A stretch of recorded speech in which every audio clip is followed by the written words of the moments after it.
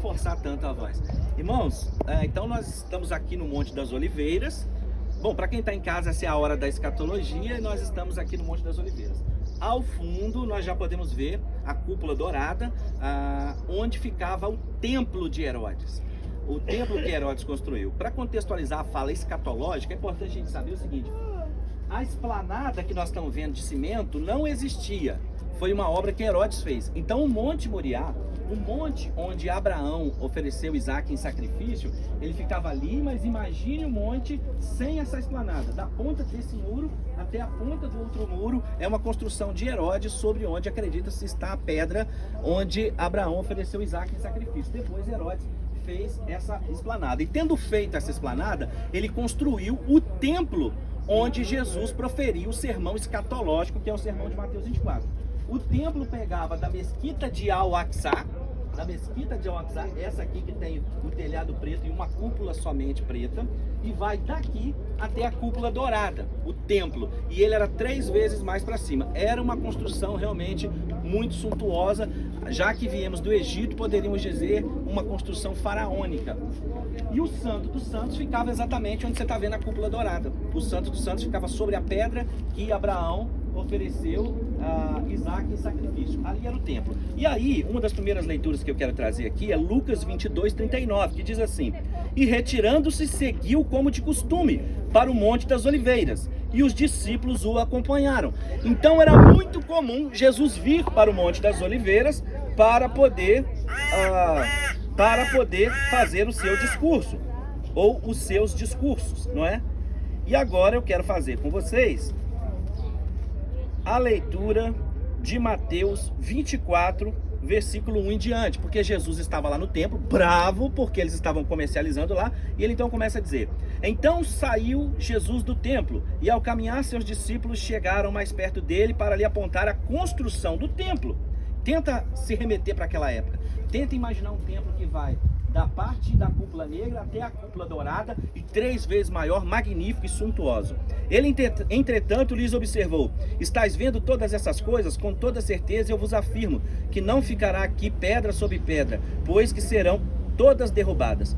Tendo Jesus se assentado, assim como você, tendo Jesus se assentado no Monte das Oliveiras, os discípulos chegaram até ele em particular e lhe pediram: dize-nos quando ocorrerão estas coisas e qual será o sinal da tua vinda e do final dos tempos. Então os discípulos, quando chegam aqui no Monte das Oliveiras, depois de Jesus ter ficado bravo lá no templo, fazem a ele 3 perguntas: quando o templo vai ser destruído?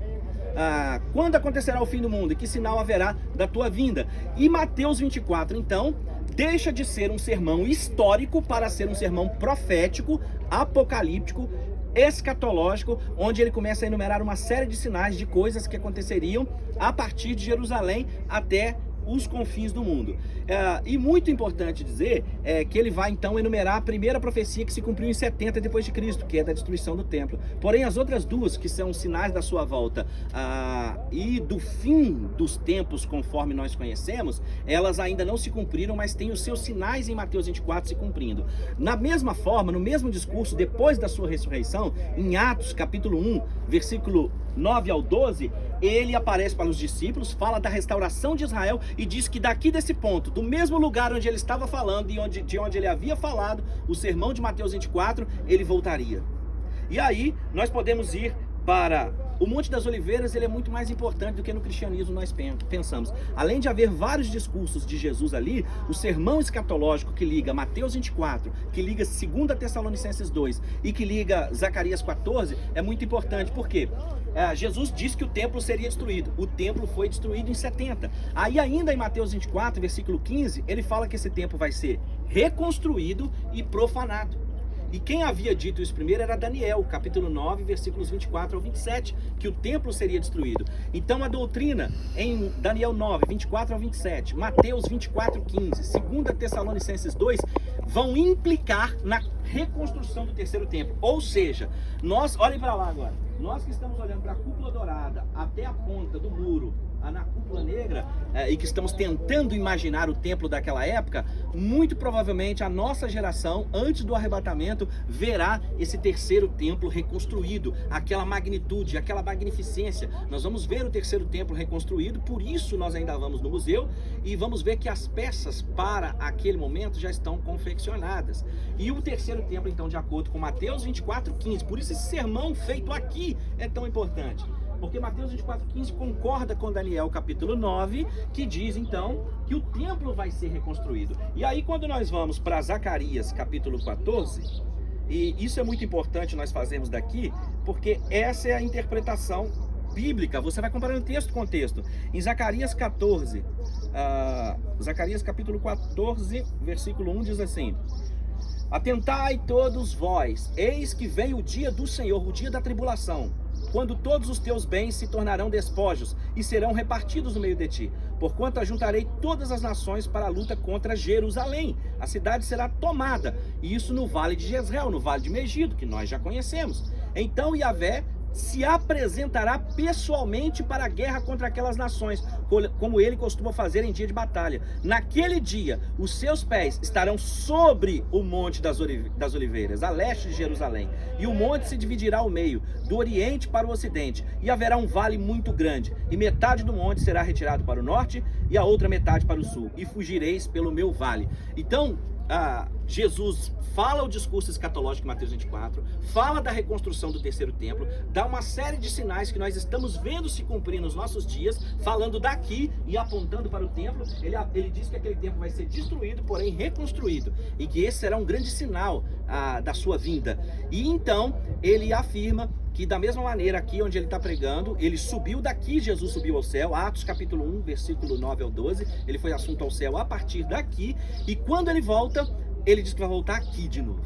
Então, o Monte das Oliveiras, ele tem particular importância para nós. Estarmos aqui, não acelerarmos para outro lugar, é pensar que o seu mestre estava aqui. Ele saiu cansado, nós vamos descer de ônibus. Imagina vindo Jesus do templo, todo esse percurso, e vindo até aqui proferindo esse sermão escatológico e dizendo que vai voltar aqui. Os seus pés estarão de novo aqui, quando o anticristo tiver profanado esse terceiro templo e marchar para cá, para poder destruir o povo judeu no Monte das Oliveiras. Aqui eles vão clamar então: Messias, onde está o Messias? Cadê o Messias? E então ele desce do céu, pisa no monte e acontece um terremoto. É aqui, irmãos, olha para cima, tenta ver esse sol que está aqui.